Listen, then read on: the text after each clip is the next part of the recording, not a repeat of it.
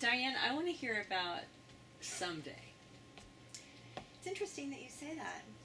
Did you know we do not have someday? We have Monday through Sunday. And someday doesn't exist. So if you say to me, oh, Diane, I'm going to do that someday, I'm going to tell you you're never going to do it.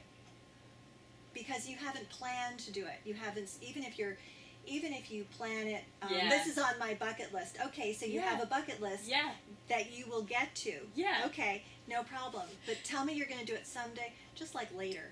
Later is not a time. Yeah. If you're going to do it later, chances are you're not going to do it. Or I often say to my clients, try. It does not result in anything tangible. No. Right. I'm going to try to do that. It's like, are you going to do it? Or it's Yoda.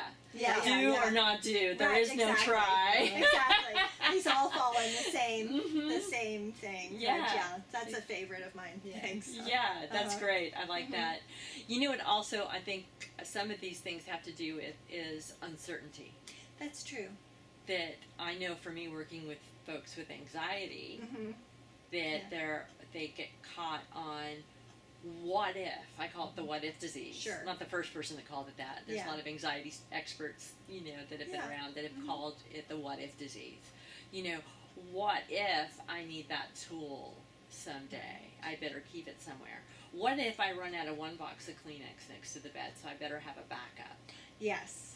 And I think that with anxiety, we've learned how important it is for people to lean into.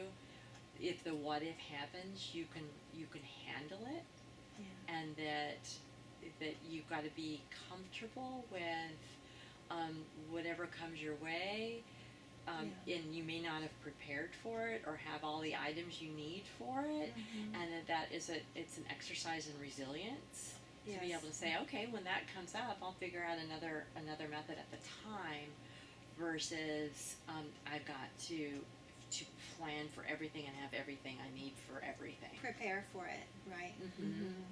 Yeah, it's a leap of faith. It is a leap of faith. And you sort of, I think that you brought up something earlier about trust. Yeah. So teaching the person to trust themselves is huge, and or at least I from totally my agree. perspective. I'm with you with that. Yeah. To trust. I mean, one of my mantras I tell clients to tell themselves, it is that I am resilient and I can handle this. This needs to be your new mantra.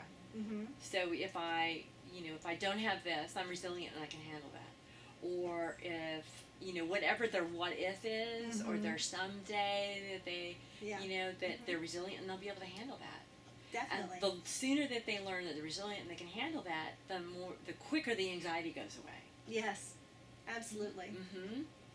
Because then they just roll with the moment versus prep for the possibilities. Right.